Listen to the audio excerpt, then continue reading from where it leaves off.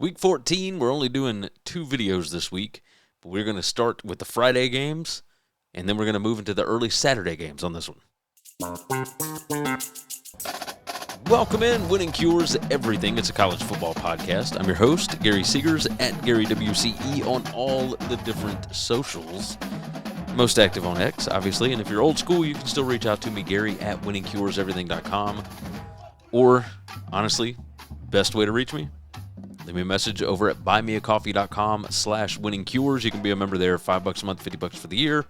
And all of these spreadsheets, stat sheets, etc., I get those put out over there every Sunday or Monday.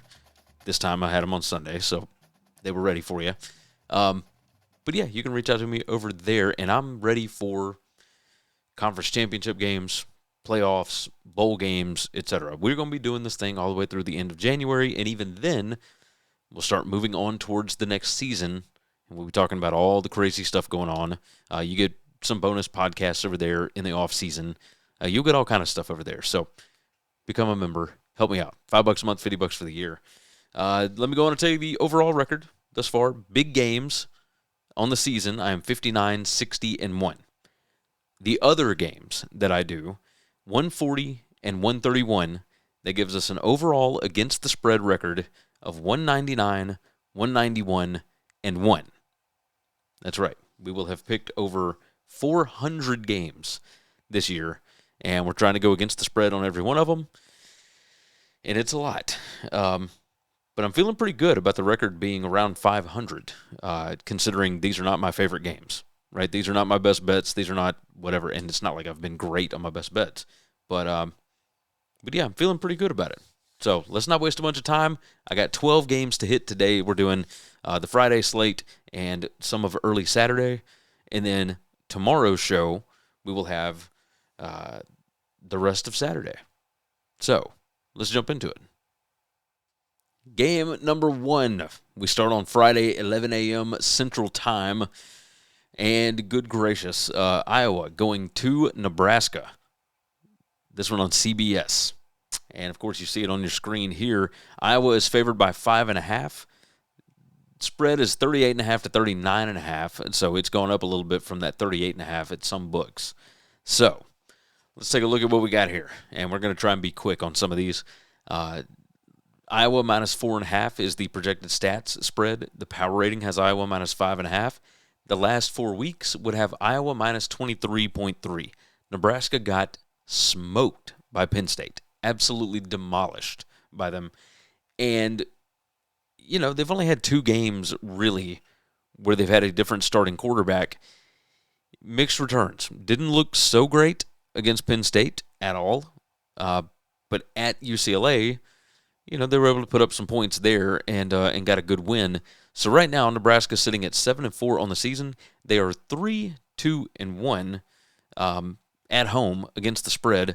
Iowa 3-0-1 against the spread on the road, plus 10.4. Nebraska's plus 5.4. So Iowa plays a little bit better away from home, surprisingly.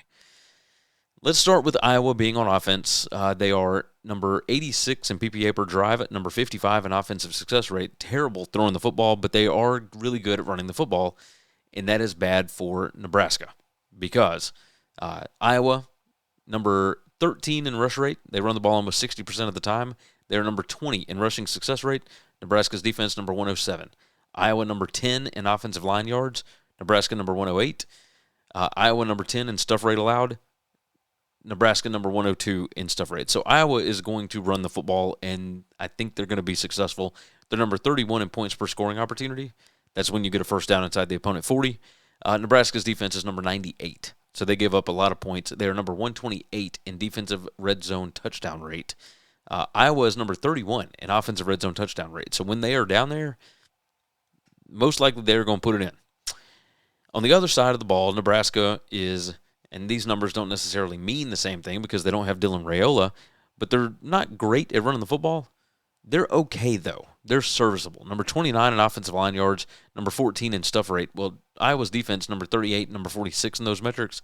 But Nebraska is only number 68 in PPA per rush. That's predicted points added per rush. Iowa's defense is number 28. Nebraska, number 93 in yards per rush. Iowa's defense, number 17. Can Nebraska get some kind of a passing game going? I'm not totally certain. And even then, Iowa's defense is still really good against that. As far as finishing drives, Nebraska number 55 in points per scoring opportunity. Iowa's number 32. As far as five factors rank, Nebraska is down at number 31 in raw five factors. Iowa is number 16. I get the feeling. Now, we saw this last week. Iowa found a way to come back and win that game against Michigan State, but they played tight. Both of these teams are 7-4. I think Iowa is certainly going to win the game. They seem to always win the game against Nebraska. And if you look at the last 4 weeks, Iowa playing significantly better lately than Nebraska, which makes all the sense in the world considering Nebraska lost their quarterback. You've got an inexperienced quarterback going up against this Iowa defense. The 5.5 feels like a lot, but when you look at how they've been playing as of late, I'm going to side with Iowa on this one. Give me the Hawkeyes minus 5.5. 11 a.m. Central Time, God's time zone on ABC. Ole Miss going to Mississippi State, and boy, there is so much stuff going on around this one, right? Lane Kiffin, who knows what in the world he's going to do? We'll see.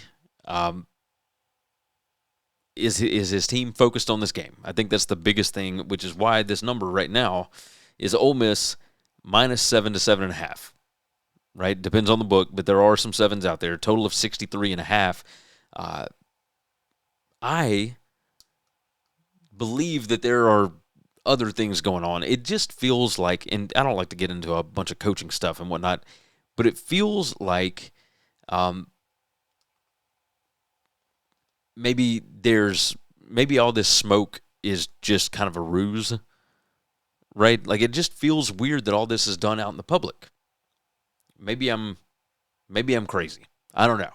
I tend to believe that he's either not going anywhere and he'll stay at Ole Miss, or he's going somewhere that's not LSU or Florida. Like, it feels crazy. Anyway, let's talk about the numbers. My projected stat spread has Ole Miss minus 10.84, so almost 11 points. My power rating has Ole Miss minus 7.7, and then my last 4 weeks has Ole Miss minus almost 30 points, so minus 28.98. And the reason for that, even if Lane Kiffin is leaving, even if Ole Miss is distracted or whatever, the team is distracted, Ole Miss's special teams is number 2. State's is number 29. So they're both inside the top 30. But the biggest mismatch in this game is when Ole Miss is on offense, they can run the ball. They're number 25 in rushing success rate, number 35 in PPA per rush. Mississippi State's defense is number 128 and number 107 in those metrics. Lacey, I think, can run roughshod over this bunch. Ahmad Hardy from Missouri ran for almost 300 yards on this Mississippi State defense. I kind of think we got the same situation going here. Both teams outside the top 75 as far as penalties per game. Turnover margin, Ole Miss better at not giving the ball away. They're number 43 in giveaways per game, but they don't generate turnovers. They are number 116 in takeaways per game. Turnover margin for Mississippi State, number 41, but they're number 69 in giveaways per game, but 34 in takeaways per game. So if turnovers play any part in this, I would expect State to be taking over some of those. If you look at State at home, they are 5-1 against the spread at home. Ole Miss 1-2 against the spread on the road, but they are plus 3.8. Mississippi State is plus 4.2. The last time that State played at home, though, they got demolished by a Georgia team that Ole Miss hung with for the entire ballgame. Looking at who can finish drives, Ole Miss number 8 in points per scoring opportunity, so they know how to finish once they get inside the red zone, or once they get inside the opponent, 40, really. Mississippi State's defense is number 67 there. On the other side, when State's on offense, they're number 17 in points per scoring opportunity. Ole Miss is number 16 on defense. A lot of bend but don't break stuff going on here. I think 7 is too little. I understand all the distraction talk. I understand all of that, which is why people are betting on this. People root for chaos. Typically, I do the same thing. In this situation, though, I don't think it's that big of a distraction, and I think that Ole Miss has a big-time advantage with being able to run the football. I think Mississippi State is on fumes. I will take Ole Miss, and I will take that 7. So give me the Rebels -7 here. 11 a.m. Central Time on ESPN. Utah is heading to Kansas for the Utes finale. Saved themselves in the playoff race again this past week. And Kansas is still, if I'm not mistaken, 5-6. They are looking for a bowl game. Kansas at home. I really thought that having this new stadium, all the renovations done, all that kind of stuff would really help them out this year, but they are 2-4 against the spread at home, -3.6. Utah on the road, away from Salt Lake City, 4-1 against the spread, +11.5.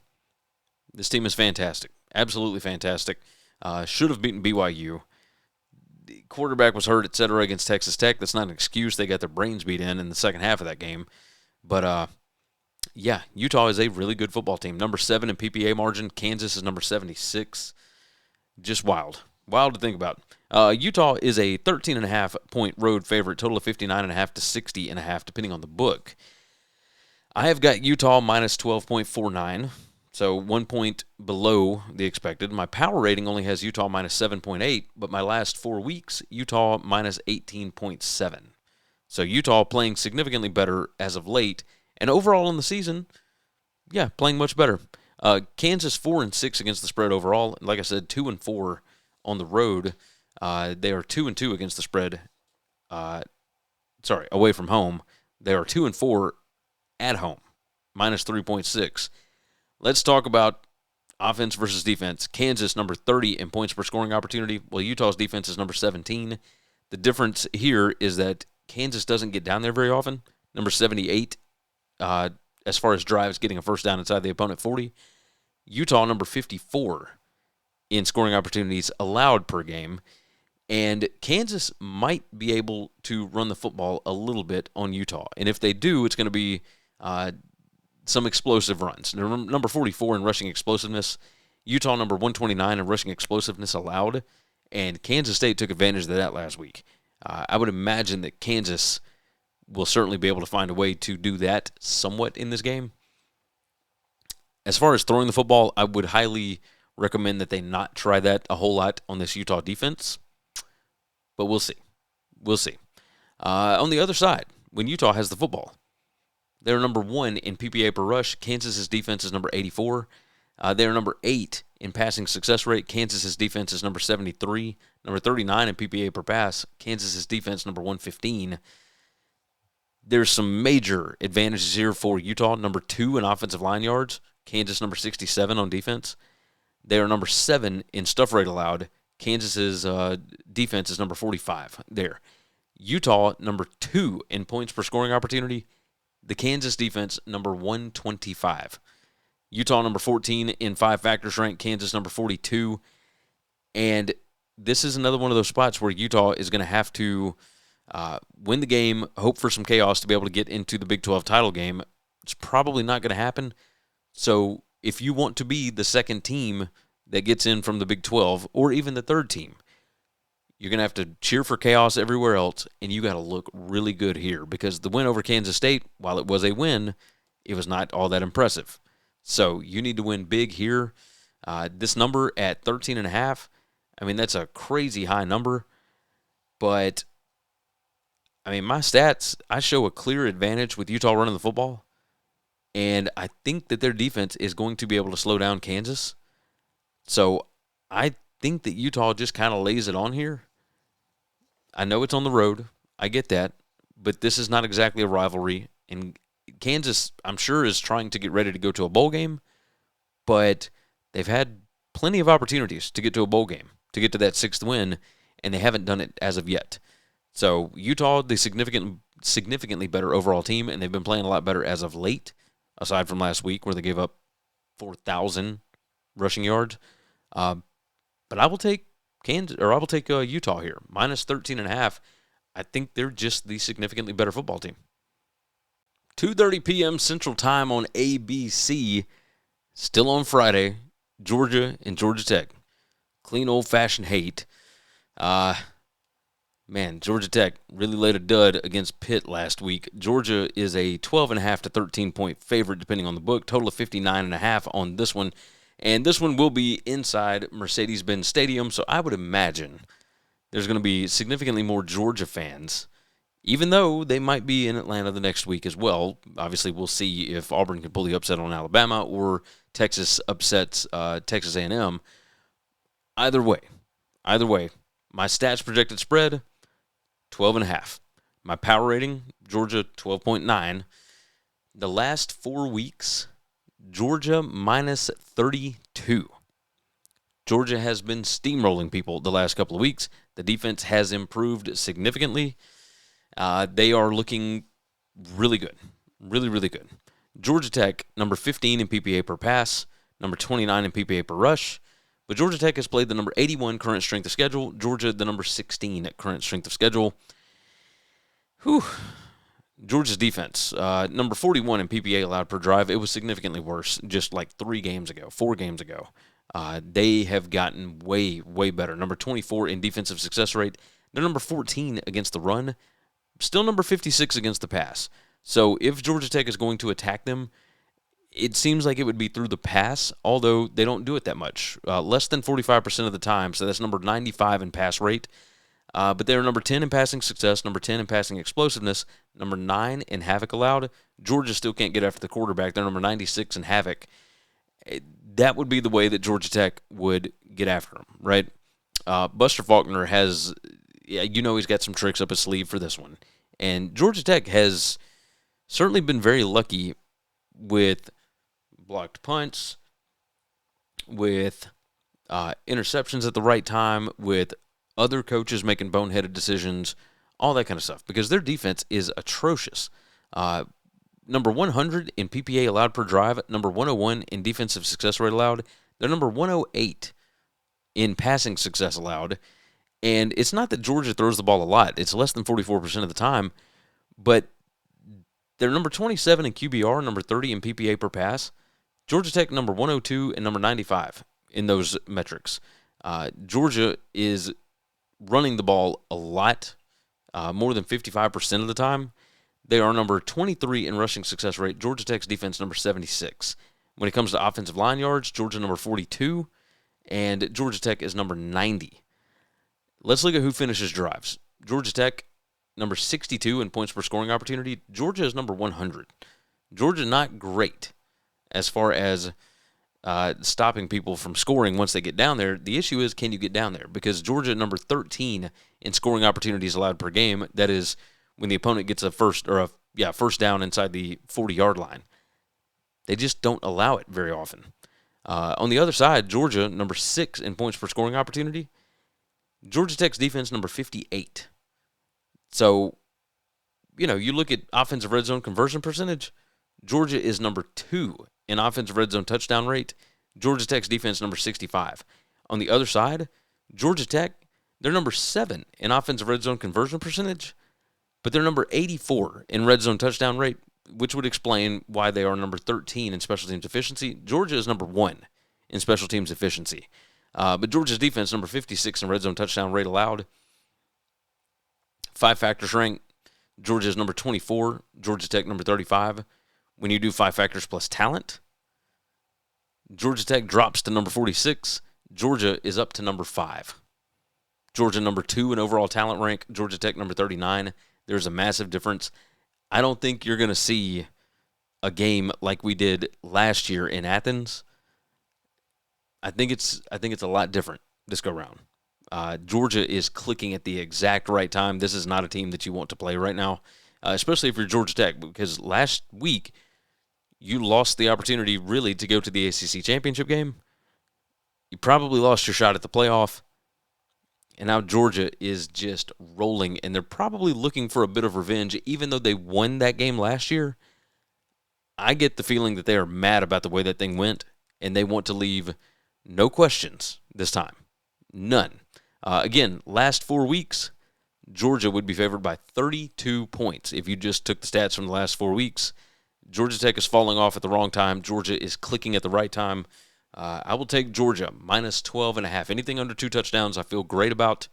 I don't expect us to see a bunch of turnovers from Georgia, so I will side with the Bulldogs, minus 12.5. Are you tired of sore knees or joints slowing you down? Go Sleeves uses built-in kinesiology tape technology to give you support, reduce pain, and help you recover faster. Use code WCE for 15% off over at GoSleeves.com. If you haven't already, subscribe to the channel, like the video, make sure and jump in the comments and give me your picks on these games, along with any other game that you like this week. I would like to hear from you and give me some reasoning behind it, but I would love to hear from you. Go ahead and leave some comments and subscribe. It's free. Help me out. Friday, 6:30 p.m. Central Time, God's Time Zone on NBC. The Indiana Hoosiers, number 2 in the country, they travel to Purdue. That's right. Rivalry game going on here. And right now, Indiana favored by 28.5 with a total of 54 to 54.5. Indiana dealing with some injuries and whatnot, trying to get healed up, all that good stuff as they head into, if they win this, the Big Ten title game. And they will be undefeated if they win this going into that game.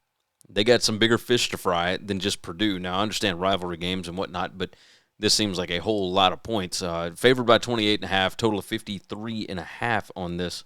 It's up to 54.5. It opened at 53.5, but it's gone up a little bit. Projected stat spread has Indiana minus 26.16. My power rating has Indiana by a little less than 20. Over the last 4 weeks, it would have Indiana by 24. Purdue this year, 3-3 against the spread at home.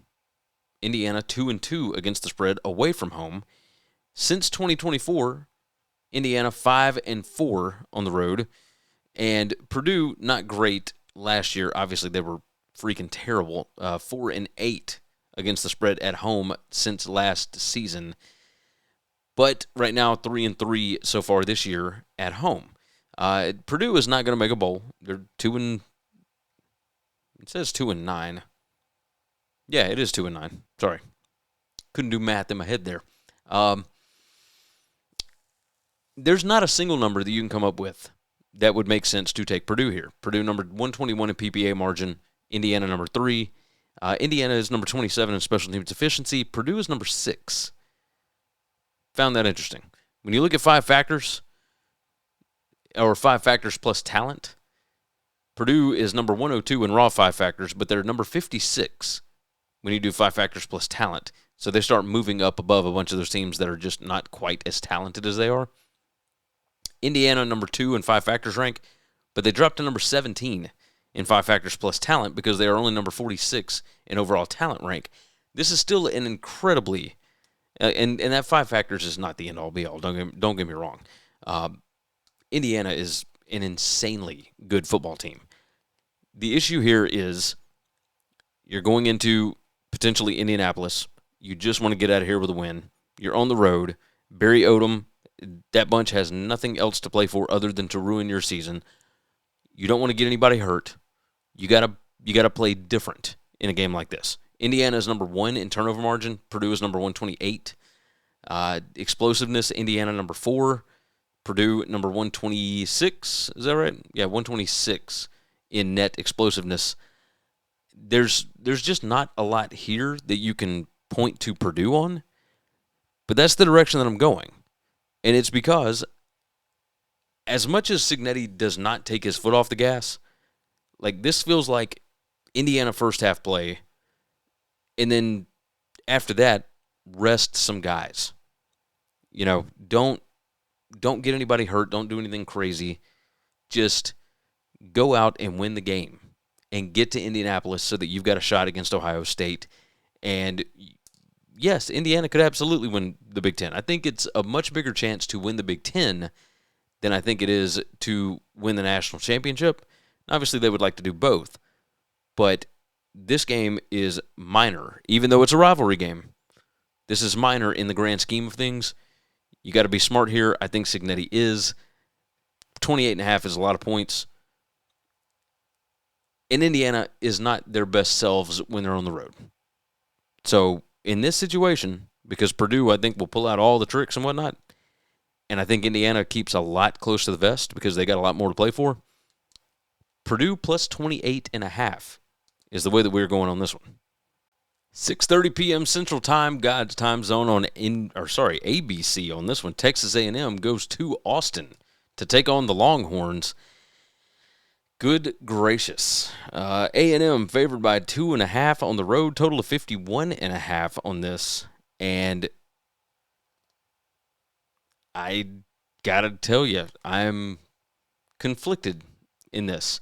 A&M has found a way to win every single game. That's right, 11-0. They are 3-1 against the spread away from home. Texas only 2-1 against the spread at home, minus 1.2. A&M on the road, plus 9.8. But A&M is 5-5 against the spread overall this season. Texas is only 2-7. Found that interesting.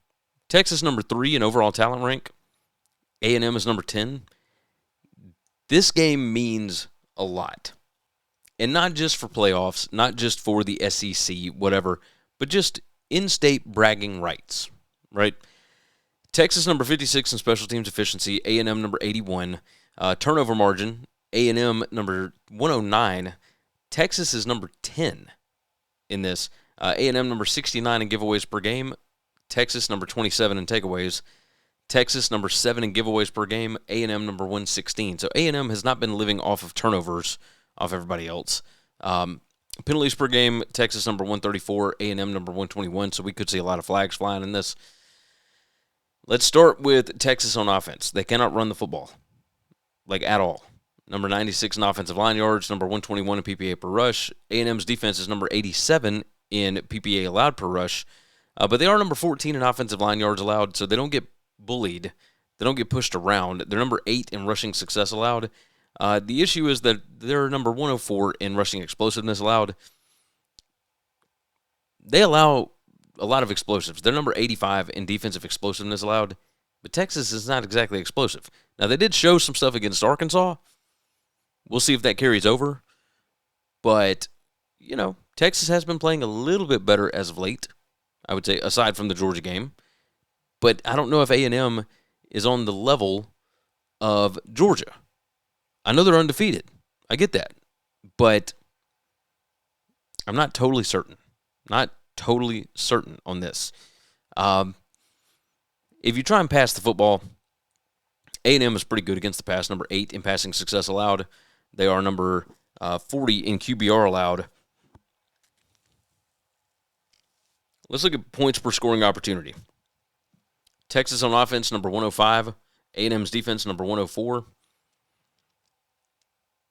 And A&M, number 130 in defensive red zone conversion percentage. They're number 65 in defensive red zone touchdown rate. Texas, number 64 in offensive red zone touchdown rate. So they are getting better compared to normal Sark offenses, I would say. Texas, number 50 in 5 factors rank, but you toss in the talent. They're number 9 in 5 factors plus talent. A&M is number 11 in 5 factors rank and number 4 in 5 factors plus talent. So you got two really close teams, and you would think Texas at home on a Friday night, Black Friday, they really want this one. A&M on offense, not a great passing attack. They are explosive, number 11 in passing explosiveness, number 65 for Texas's defense. But A&M number 93 in passing success rate. Completion percentage isn't great, but they do find ways to score, and they hit really big plays with this. If you look at the Texas defense, A&M is not going to be able to run the football to the same level that they typically do. They're number 37 in rush rate, so they run the ball almost 55% of the time. Texas is number 7 in yards allowed per rush, number 22 in rushing success allowed, number 26 in rushing explosiveness, number 10 in offensive line yards allowed. If you're going to score on Texas, you got to do it a different way. So we're going to see Marcel Reed throw the football some in this one. A&M number 25 in points per scoring opportunity. The Texas defense is number 91 in points allowed per scoring opportunity. They're number 106 in defensive red zone touchdown rate allowed. But they are number 16 in scoring opportunities per game. So you better take advantage of the ones that you get down there. We'll see. We'll see what happens. I think we are well overdue for some chaos. I don't know what's going to happen here. but I think 2.5 might be too much. I know that A&M, it shows, has been playing better as of late. And I think that Texas game is really weighing, the Georgia game is really weighing on Texas. I'm going with the upset. I think Sark and the boys have got some stuff drawn up here, and it just makes all the sense in the world for A&M to finally lose a game. You don't go from 8-4 to completely undefeated, right? Maybe I'm wrong. I mean, A&M has been the better football team all season. But, number 23 in current strength of schedule, and Texas is number 10 in current strength of schedule. Texas is, as goofy as it looks from the beginning of the season, A&M has played a significantly easier conference schedule, and they caught Notre Dame at the right time. Texas had to play Ohio State and Georgia, and et cetera, et cetera. I think Texas can get this done. So I will go with the Longhorns plus 2.5. Staying on Friday, 8 p.m. Central Time on Fox, Arizona goes to Arizona State. Arizona right now favored by 1 to 1.5, total of 48.5 to 49.5 on this one. And Arizona favored in this spot. This is a massive rivalry game, and Arizona has not been good enough to hang in this one, at least, last year. We'll say that, because Arizona State really didn't get good until last season. But Dillingham, they need BYU to lose, and if they win this, they're going to the Big 12 title game again, even with the backup quarterback. I mean, it's wild. Even with missing Jordan Tyson for multiple games this year, it's crazy considering their numbers have not been good really all season. They're not great on offense, number 74 in PPA per drive on offense. They're number 103 in offensive success rate. They cannot throw the football, number 105 in passing success. They're number 86 in PPA per pass, number 95 in yards per pass attempt, number 105 in passing success rate, number 101 in havoc allowed. Arizona's defense gets after you throwing the football. But luckily for Arizona State, the weakness for Arizona's defense is against the run. Number 99 in rushing success rate. Arizona State is number 55 there. This is interesting, right? Arizona State number 31 in yards per rush. Arizona number 56. There's a big difference here between the current strength of schedules, right? Arizona State is inside the top 40. Arizona is number 63. So while Noah Fafita and company have been doing okay, that defense has really been the biggest thing. Danny Gonzalez has done a fantastic job revamping that Bearcats defense, or Wildcats defense, not Bearcats. What the hell am I talking about? Anyway, my apologies to the Arizona fans, of course. Arizona State, number 101 in points per scoring opportunity. Arizona's defense is number 50. So as far as finishing drives, Arizona State obviously not great at it. On the other side of the ball, Arizona's offense, number 72 in points per scoring opportunity. Arizona State is number 53. Arizona State's defense has been the saving grace all year. Number 46 PPA allowed per rush, number 37 PPA allowed per pass. They should be able to slow down this Arizona attack. Turnover margin, Arizona number 5, Arizona State number 68. We'll see what that ends up looking like. Both teams' special teams are outside the top 110 in efficiency. That is insane. Arizona State number 51 in overall talent, Arizona number 61. Both of these teams looking for their 9th win of the season. Arizona State at home, 2-3-1 against the spread. Arizona on the road, 2-2 against the spread, plus 3.9. Arizona State is minus 3.8. 5 factors rank. When you toss in talent, let's do 5 factors plus talent on this. Arizona State, number 48. Arizona, number 34. Very interesting. Very interesting.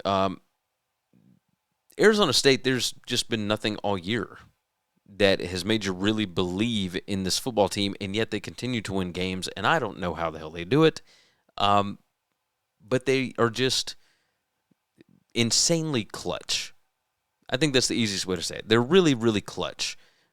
If you don't have a passing attack that can hit explosives, which Arizona is number 63 in passing explosiveness, you're going to get in trouble. Arizona number 63 in havoc allowed. Arizona State is number 10. They are going to blitz. They are going to bring people, and if your quarterback is uncomfortable in that situation, it's going to be a long day. Just is. So, I think that Arizona could get uncomfortable in that situation. I don't think Arizona's ready for this. I think Arizona State understands what is at play here, and it's Friday night, so they won't know the results of other games and whatnot. It's early. They have to win. They're at home. Even though my numbers say that this line is correct, I've got Arizona minus 1.31 in projected stat spread. My power rating has Arizona State by 0.1, and my last 4 weeks has Arizona minus 4.39. I think Jeff Sims and company, I think they run the football effectively, and I think that the defense slows down Arizona. I think Arizona State gets the win, so I will certainly take the best number I can get right now is 1, Arizona State plus 1 here. We move to Saturday, 11 a.m. Central Time, of course, God's time zone. On the SEC Network, Clemson goes to Columbia, South Carolina. They're going to take on the Gamecocks, who are a 2.5-point home favorite. Total of 46.5 on this one. And it feels like a lot of points for these two teams. Offense, not exactly the strong suit here. And you want to talk about a massive strength of schedule difference. South Carolina, number 4 in strength of schedule. Clemson, number 71 right now. And they've not been good against a pretty weak schedule. Now, they have played to where they are making a bowl. So that's good. They are there. Now, they beat Louisville. They got to a bowl game, is what it is. They're 3-1 against the spread on the road this year. South Carolina, 3-3 against the spread at home. Typically, they are an underdog, and they play so much better in that role. South Carolina, number 99 in 5 factors rank. Clemson is number 23 in 5 factors. Interesting number here. 5 factors plus talent has South Carolina number 33 and Clemson 32, even though Clemson has more talent. Got to figure out what's going on with my algorithm with that. I'll dive into it. Regardless, that is not the thing you should be paying attention to. What you should be paying attention to is all of the intangibles, all that. Clemson, number 15 in penalties per game. South Carolina, number 121. South Carolina, number 20 in turnover margin. They're number 11 in takeaways. Clemson, number 77 in turnover margin. Both of these teams inside the top 40 as far as special teams efficiency. Both are inside the top 20 as far as overall talent rank. The coaching staffs have not exactly done either of them a lot of favors, I will say. South Carolina doesn't really do anything well on offense. They have gotten better as far as passing explosiveness. Number 49 in passing explosiveness, and Nick Harbor is a big part of that. Clemson is number 8 in passing explosiveness allowed. But even still, on a down-to-down basis, South Carolina number 113 in passing success, number 104 in rushing success. The Clemson defense is pretty decent at all of this. They're number 51 in PPA allowed per drive, number 22 in success rate allowed. South Carolina number 118 in offensive success rate. So it's either explosive play, big play, or they don't move the football. They're number 129 in points per scoring opportunity. Clemson's defense is number 14. On the other side, just ridiculous. This Clemson offense is supposed to be better. They're not very good at running the football, and especially against the South Carolina defense, you're not going to be able to run it.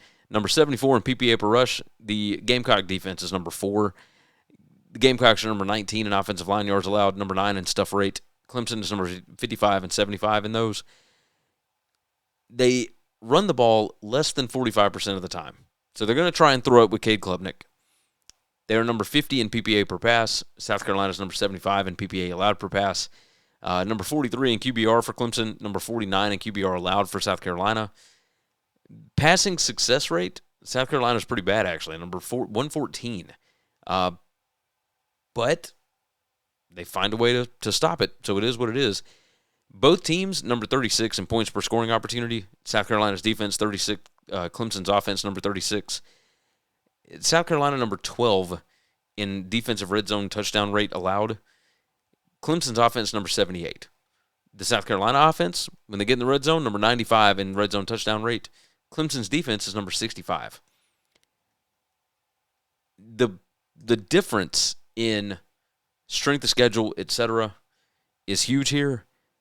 But Clemson, I feel like, has been playing better as of late, even though the numbers would not bear that out. Projected stat spread, a lot of this has to do with opponent adjustment.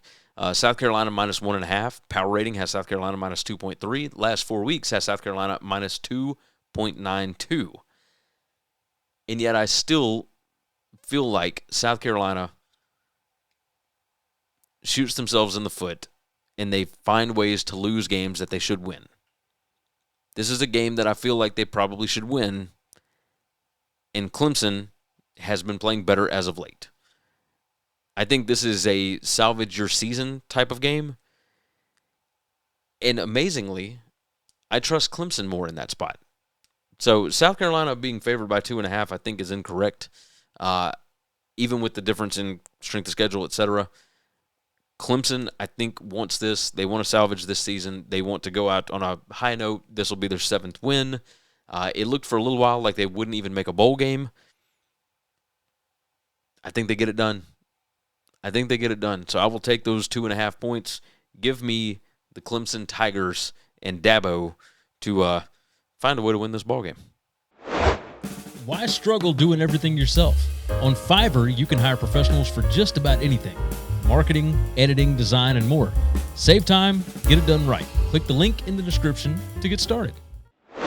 If you like these sheets, do me a favor and go to buymeacoffee.com/winningcures or the easy URL, which is bettingcfb.com. That is the easiest one you can do.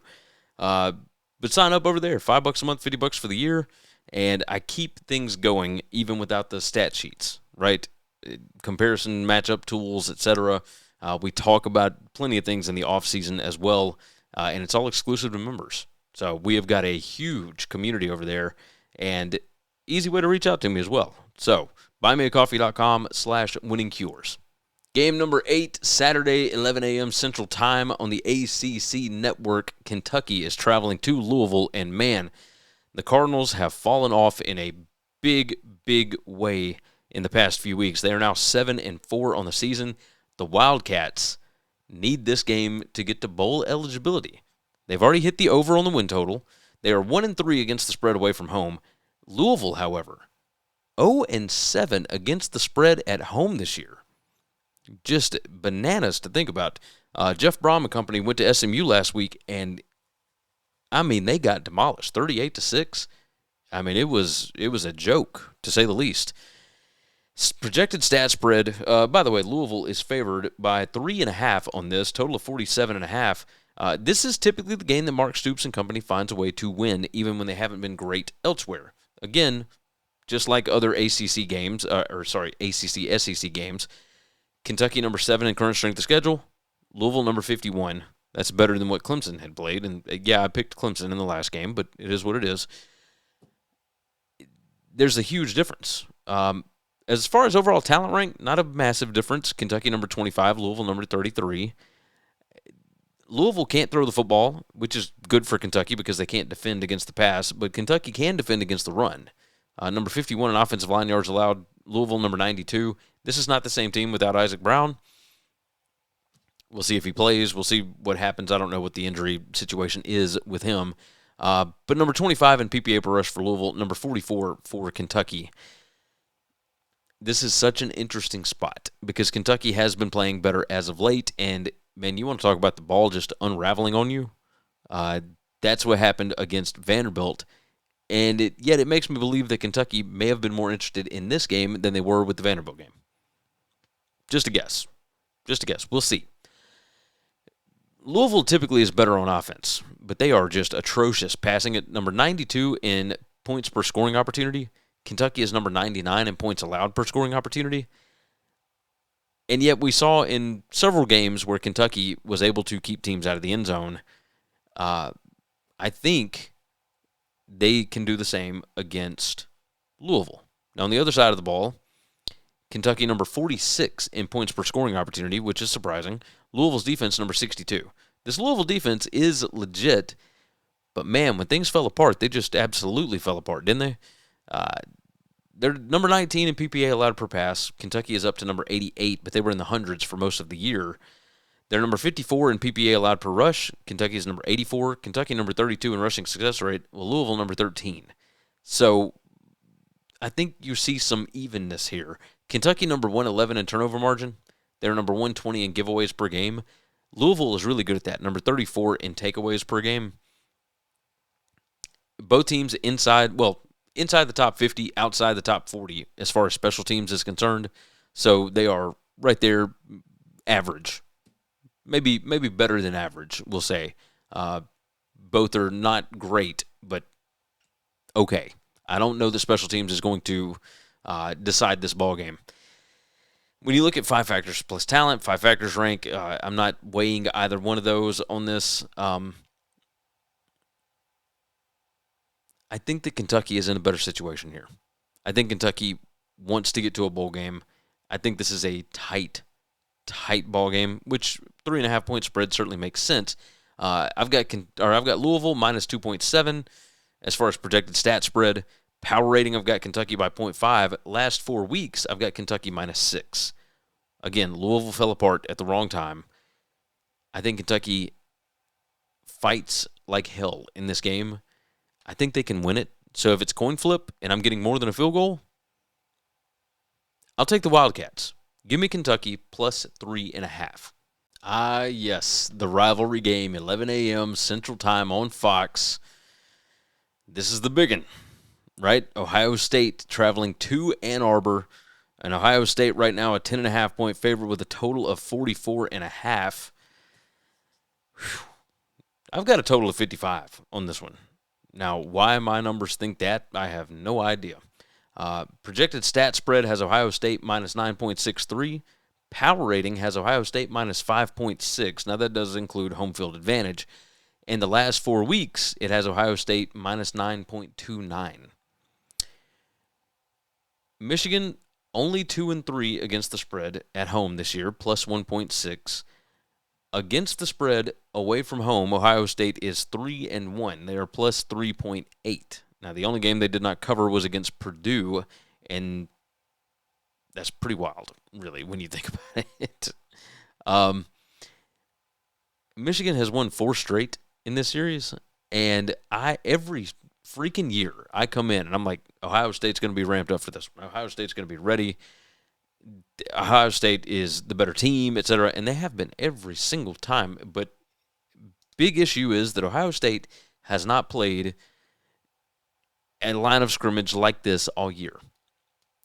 Maybe against Texas in week 1, but it's not like they fared extremely well in that game. Both teams were trying to figure themselves out at that point. Michigan now, not great on defense, number 60 in defensive success rate, but they are number 30 in PPA allowed per drive on defense. Let's start when Ohio State is on offense. Number 1 in points per scoring opportunity. They have got some injuries at wide receiver, etc. I think those guys are all going to play, but let's just keep an eye on it. They're not great at running the football. That is what Michigan defends best. Michigan teams throw the ball almost 55% of the time on them. They're number 89 in passing success allowed.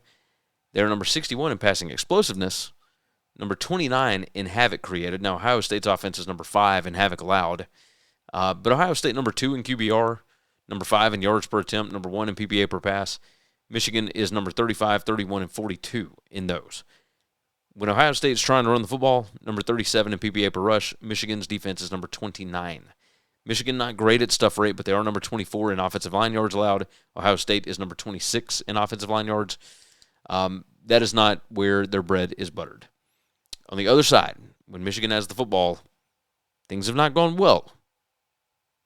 They've gone well enough, especially running the football. I don't know that you're going to be able to run it all that much on Ohio State. But again, who has Ohio State played that can really run the football? I don't think anyone as of yet, to be completely honest. Michigan, number 11 in offensive line yards. Ohio State, number 26 in offensive line yards allowed. Michigan, number 2 in stuff rate allowed. Ohio State is number 32 in stuff rate. So Michigan might be able to move the football on the ground. And if you can do that, then you can hit some play action passes. Bryce Underwood can get out of the pocket.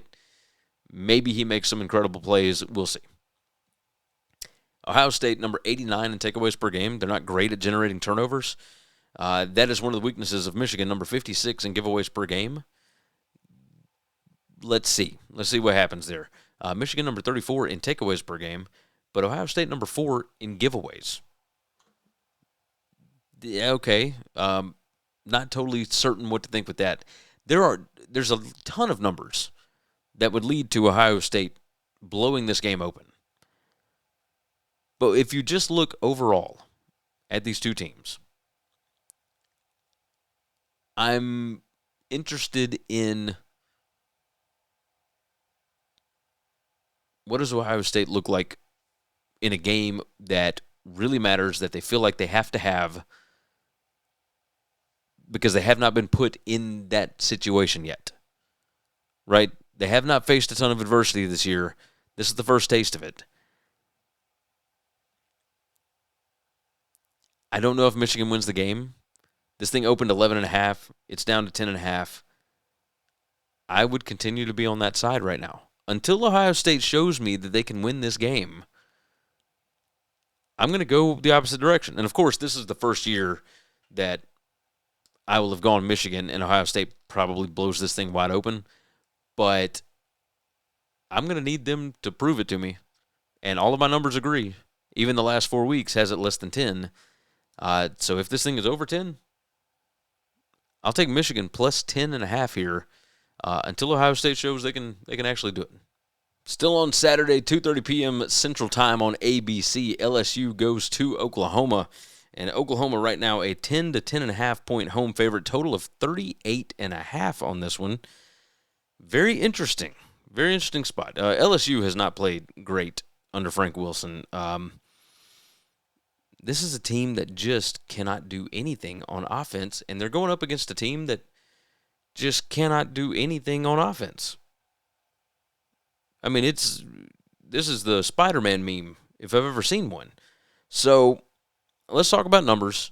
LSU against Western Kentucky, they put up 13 total points in that game. Michael Van Buren is going to be the quarterback here. I mean, I don't even know where to begin with this. Oklahoma has found ways to win games, and it's all defense, right? Turnover margin is getting significantly better, but takeaways per game, they're still number 89 in the country in that, even though they've gotten significantly better with it. They are number 6. Let's start with Oklahoma on defense. Oklahoma number 6 in points per scoring opportunity on defense. LSU is number 112. So if you get down there, you're probably not going to score. I mean, LSU number 115 in offensive red zone touchdown rate. Oklahoma's defense is number 6. We saw it with Missouri. Like that opening drive, Missouri kept the ball for 8 minutes. They were able to run the ball. LSU can't do that. But they were able to run the ball on this Oklahoma defense. And after an 8-minute drive, they got 3 points. What do you do with that? Now, at the same time, if LSU doesn't give the ball away, they're number 43 in giveaways per game, which is the exact same as Oklahoma. But if they don't give the ball away, and we'll see about that, then I don't know that Oklahoma can drive on LSU. Number 78 in scoring opportunities per game. That's when you get a first down inside the opponent 40. They're number 81 in rushing success rate, number 90 in passing success rate, number 90 in PPA per pass, number 89 in PPA per rush. LSU's defense, number 33 in defensive success rate, number 25 in PPA per drive allowed. This LSU defense is good enough as well. Oklahoma number 58 in points per scoring opportunity. LSU's defense number 21 there. Oklahoma number 18 in offensive red zone touchdown rate. The issue is, of course, they are number 111 in red zone appearances per game, so they don't get down there very often. When they do, they normally score touchdowns. But LSU number 16 in defensive red zone defensive red zone appearances per game, number 56 in defensive red zone touchdown rate. Both of these defenses are stingy with the end zone. So when it comes to that, I feel like 10.5 points, and this is, Kyle Hunter told me this forever ago. If you have a low total that is, low 40s or upper 30s, and you got a team giving up double digits, you might as well just go with the dog. They cover it like a 60-something% rate. It's ridiculous. Oklahoma giving up 10.5 here. I know that my numbers say the opposite. Oklahoma minus almost 13 for projected stat spread. Power rating, Oklahoma minus 11. Last 4 weeks, Oklahoma minus 20. LSU is 7-4. They're trying to figure out a way to salvage this season. Oklahoma has the pressure of the playoff up against them. I still think Oklahoma wins the game. I think this is a tighter ball game. The Missouri game should have been a closer game. Really should have. No, LSU can't run the football, but I could absolutely see them finding a way to generate some kind of a rushing attack with Michael Van Buren. I don't think they cared at all about the Western Kentucky game. I think they can hang here. I think this is going to be super low scoring. You could see a 20-10 game. You could see a 20, well, maybe not 24-17, but you could see something along the lines of 23, because Tate Sandell is going to kick field goals. He absolutely is. I mean, Oklahoma number 16 in special teams efficiency. Ridiculous. But you're going to see some field goals out of Oklahoma. And in that instance, maybe we're looking at 23-14,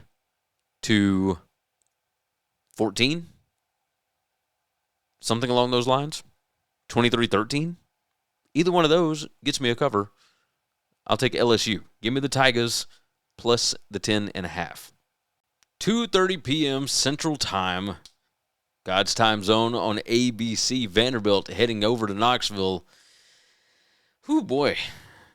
The Vanderbilt Commodores against the Tennessee Volunteers, and what an incredible, incredible game we got going on here. Tennessee favored by 2.5 at home.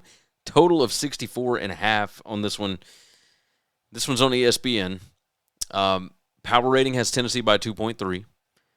The projected stat spread has Tennessee by 2.36. The last 4 weeks has Vanderbilt favored by 3.35. And yes, that does include home field advantage. Total of 64.5 on this. I've got 69. 69.6. Yeah, nice, right? If dudes love saying that whenever there's a 69 involved. Okay. I'm so old that I make fun of the trendy shit now. Anyway, continuing on. Vandy, number 15 in PPA margin. Tennessee, number 13. Vandy's defense is gassed. They are injured. They are whipped, and they are terrible against the pass. That's not a good matchup here. Number 112 in PPA allowed per pass. Number 96 in QBR allowed. Number 92 in passing success allowed. Tennessee is number 17, number 15, and number 20 in those metrics. Joey Aguilar will have opportunities in this game. Absolutely. And on top of that, Tennessee is probably going to be able to run the ball. They're number 11 in rushing success rate. Vandy is number 37. Offensive line yards, Tennessee is number 50. Vandy number 42. But Tennessee is number 9 in stuff rate allowed. And Vandy is number 42 in stuff rate. So Tennessee, I think, is going to be able to score here. They're number 10 in points per scoring opportunity. Vandy is number 72 in points allowed per scoring opportunity. That's a first down inside the 40, in case you've forgotten. Special teams efficiency, by the way, Vandy number 4, Tennessee number 33. Interesting numbers, of course. Vandy's offense, number 2 in PPA per pass, number 7 in PPA per rush. They're number 4 in points per scoring opportunity. Tennessee's defense, number 105. I think we're going to see a lot of points. A whole lot of points. These are two teams that somehow, some way, this thing is going to end up coming down to the wire. Tennessee always finds a way to beat this Vanderbilt team. Now, granted, this is the best Vanderbilt team that I've ever seen in my lifetime. This is better than the James Franklin teams. This is, et cetera. The offensive line is really, really good. Running the football, offensive line yards, number 35. Tennessee's defense, number 36. Rushing success, number 35. Tennessee's defense, number 105, even though they're number 27 in yards allowed per rush. Vandy, number 12 in yards per rush. And Diego, if you make him sit in the pocket and throw, or you get some kind of pressure on him and make him throw the football, he's not great, even though the numbers would tell you otherwise. But Tennessee number 15 in havoc, I know Vandy's number 23 in havoc allowed, but, that could certainly be interesting. Vandy number 14 in giveaways per game. Tennessee number 27 in takeaways, so that's going to be a struggle. Tennessee number 81 in giveaways per game. Vandy only number 61 in takeaways, so they're not great at generating turnovers. Vandy better at finishing drives, but I don't feel great about them going on the road here. They are 2-1-1 against the spread away from home this year. Tennessee 2-4 against the spread at home. Diego as a dog is always fantastic, and this is the kind of team that Tennessee just would have nightmares about.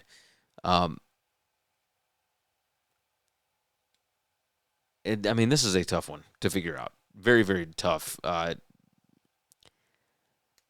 Diego as a dog, I'm going to have to go that way. And I know they're playing in Knoxville, and I feel like I should be taking Tennessee because this is kind of like the Kentucky versus Tennessee thing, where Kentucky always keeps it close against everybody but Tennessee. Vanderbilt never beats Tennessee. And yet, this feels like a Diego game. I'm expecting chaos. I think Tennessee's going to score. I think Vanderbilt's going to score a lot. I think it could get crazy. And if it gets crazy, you got basically a Johnny Football replica out there. Yeah, give me Diego. Diego plus 2.5 in this one. All right, let's recap what we got. I've got individual videos that are going to be out later, but I'll go on and tell you my weeknight game picks. Taking Bowling Green minus the points. Minus 16.5 is what I took that. I had to record it earlier. You can't get a 14.5 out there now, if I'm not mistaken. I took Eastern Michigan plus 6.5 against Western Michigan, and I took Memphis minus 5.5 against Navy. So that's your Tuesday and Thursday games. Now, let's recap this. I started off with a lot of favorites, ended with all dogs. Feels like a funky week. Let's see what happens. Iowa minus 5.5, Ole Miss minus 7, Utah minus 13.5, Georgia minus 12.5, Purdue plus 28.5, Texas plus 2.5, Arizona State plus 1, Clemson plus 2.5, Kentucky plus 3.5, Michigan plus 10.5, LSU plus 10.5, and then Vanderbilt plus 2.5. Good gracious. All right, make sure you are subscribed to the channel. We're going to be covering every bowl game, every playoff game, etc. On this channel, we talk about the games. I'm not that worried about coaching searches and blah, blah, blah, blah. The thing that got to all of this, that led us down this path of talking head season, all that kind of mess, was always the games. I don't care about the playoff. I don't care about whatever. Whatever cool matchups we get, cool. We'll talk about them. We'll talk about it against the spread in that sense. I'm excited about all of it. We got a fun rest of the year going, and it's still, around Thanksgiving. Oh, by the way, I hope you all have a happy Thanksgiving this week. I'll tell you that on the Tuesday show. But yeah, I'm excited about all of it. All right, with that said, don't forget, buymeacoffee.com/winningcures. Don't forget to subscribe to the channel, like the video, jump in the comments. And if you want to talk to me, you can do that over at Buy Me a Coffee or just email Gary@winningcureseverything.com. With that said, take care of yourself. Take care of each other. God bless college football, and hopefully all of your tickets cash this week. Thanks for listening to Winning Cures Everything. Subscribe, leave a review or comment, follow @GaryWCE on X, and check out the web store,